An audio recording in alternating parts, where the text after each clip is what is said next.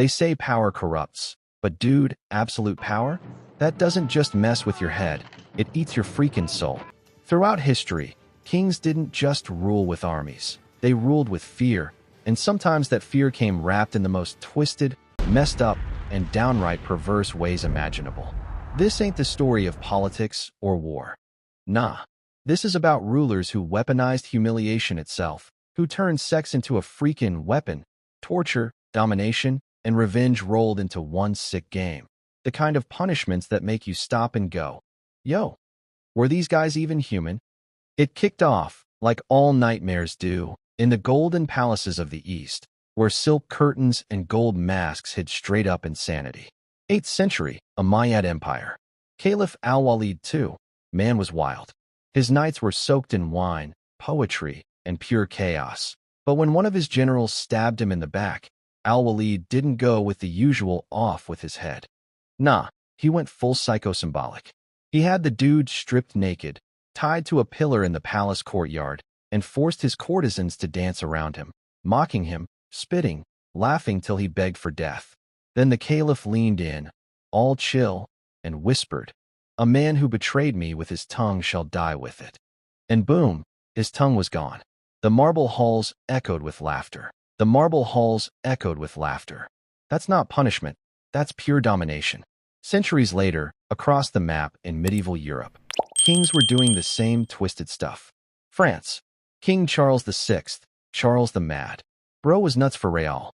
When he thought a noble's wife had dissed the queen, he had her stripped and paraded through Paris, naked, head shaved, covered in ashes. Her husband? Forced to walk behind her with a collar that said, "The fool who angered the king." Justice? Nah. That was performance art in its darkest form. A public freak show to remind everyone, don't mess with the crown. Then there was Jahangir, the Mughal emperor of India, part artist, part executioner. When one of his dancers hooked up with a noble, Jahangir went full "I'll play nice" mode. He invited them to a royal feast, poured the wine, music playing. Then, mid-song, he clapped once. Guards came in with red-hot iron rods. The lovers were locked in a cage, burned alive, while Jahangir sat back, sipping his drink like it was no big deal. He whispered, "Love belongs to the king. No one else." Cold as ice. Over in ancient China, King Zhou of Shang and his concubine Daji took cruelty to a new league. They invented the bronze toaster, a red-hot metal tube victims had to walk across naked until their flesh straight up melted. Victims? Usually the wives of officials who ticked him off. They were forced to dance first. Yeah, imagine that, before being cooked alive. That's not punishment, that's psychological warfare. Even the Romans, who loved bragging about their law and order, were straight up freaky. Emperor Tiberius? Dude went full villain. On the island of Capri, he built what they called the Pleasure Palace.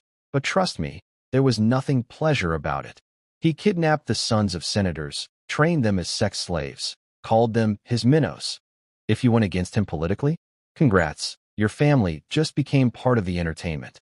Rome called him emperor. History calls him a monster. And in Persia, 14th century, King Abu Sa'id Badur Khan made punishment emotional torture. He'd capture traitors, strip them, and make them watch their wives and daughters given to soldiers. He left them chained, alive, listening to screams until they begged for death. That's not power. That's pure hell on earth. It didn't stop there. 17th century Congo, King Vemba Nzinga. When his cousin betrayed him, he didn't just execute him. He had his cousin's whole family stripped and dragged into the royal square. The men? Castrated. The women? Forced to chant the king's name while watching.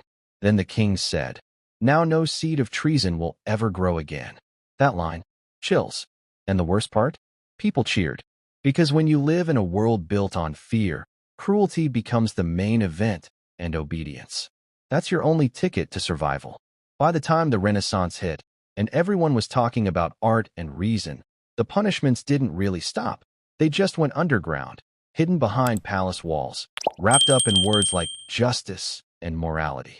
But make no mistake, the same sick energy was still there. Because when you mix power with perversion, you get monsters wearing crowns. And trust me, the next generation of rulers, they were even worse. They'd blend science with sadism, religion with revenge, and create punishments so dark, so twisted, hell itself would be like, yo, that's too much. To be continued. By the time the Renaissance hit Europe, when light, art, and humanism started to bloom, you'd think the cruelty of the Dark Ages was gone for good. But hell no. It just put on a fancy mask called civilization. Kings and queens of this so-called New Age swapped swords for laws, dungeons for courts. But man, the punishments stayed twisted as ever, sexually brutal in ways that make your skin crawl. Over in England, King Henry VIII turned the word betrayal into a freaking nightmare show. When his fifth wife, Catherine Howard, got accused of cheating, he didn't just have her executed. Nah, he made a whole damn spectacle of it. He forced her to confess in front of the court while guards stripped her jewels, her dress, every bit of dignity, until she was standing there, shaking, pale, and broken, before the same nobles who once kissed her hand. Then Henry had her beheaded in silence. No prayers, no last words. And before it all ended, he told his advisor, "Let her body be buried, but her name shall never rest." That's power, twisted into performance. Like he wanted everyone to know that he owned not just her life, but her shame too. Across the channel, Spain was running its own nightmare show. The Inquisition turned sexual punishment into holy theater. Women accused of heresy were stripped and examined in candlelit chambers by priests who claimed they were cleansing their souls. Yeah, right. They called it purification, but it was straight-up sadism in the name of God. They burned women for desire, called them witches, and watched their screams rise with the smoke. But even when religion claimed the moral high ground, kings were still slaves to lust. Over in France, King Louis XV played his power games with style and sin. Surrounded by mistresses and spies, he ruled from behind the sheets.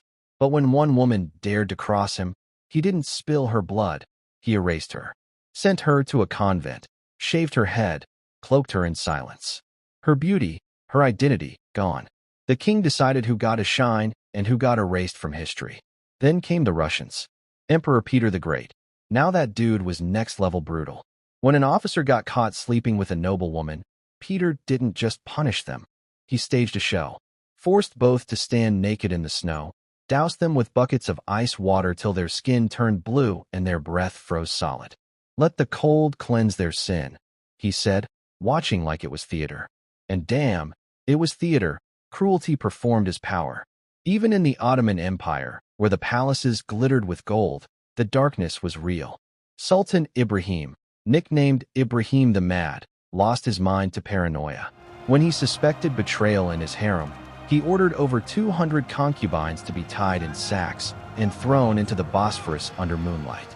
The river that once sparkled under the palace lights turned black that night. In Japan, the samurai had their own brand of horror.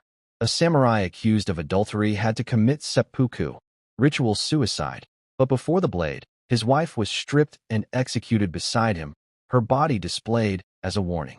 It wasn't just punishment, it was culture dressed in cruelty. And just when humanity thought it had evolved, the Enlightenment came in, promising reason and progress. But yeah, even science couldn't wash off the blood. In Prussia, King Frederick William I ran his army like a cult. Women accused of seducing officers got whipped in public squares. Men caught in dishonor got branded on their genitals. Civilization got smarter, but cruelty got more precise. By the 19th century, Europe was preaching freedom while practicing humiliation.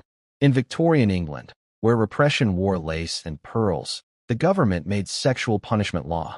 Under the Contagious Diseases Act, women accused of prostitution were forced into medical exams by male doctors under orders of the crown. It wasn't medicine, it was violation in the name of decency. And across the seas, in America's own dark backyard, the plantations ran their own empire of pain. Female slaves stripped and whipped before crowds. Men violated to destroy their pride. Masters wrote ledgers, history wrote scars. The kings may have vanished, but their cruelty lived on. In uniforms, in prisons, in the silence of the oppressed. By the late 1800s, humanity bragged about progress, but behind the bars and asylums, it was the same damn story. Domination through humiliation, control through fear. The tools changed. Whips turned into handcuffs, dungeons into clinics. but the message never did. From Caliph al-Walid's courtyard to Henry VIII's scaffold, from Tiberius's villas to Victorian streets, the cycle kept spinning. The cruelest kings didn't just punish bodies. They taught the world how to turn suffering into power. And even today, when we think we've evolved, maybe the truth hits harder than ever. The worst kings aren't the ones on thrones. They're the ones who still rule through fear, shame, and silence.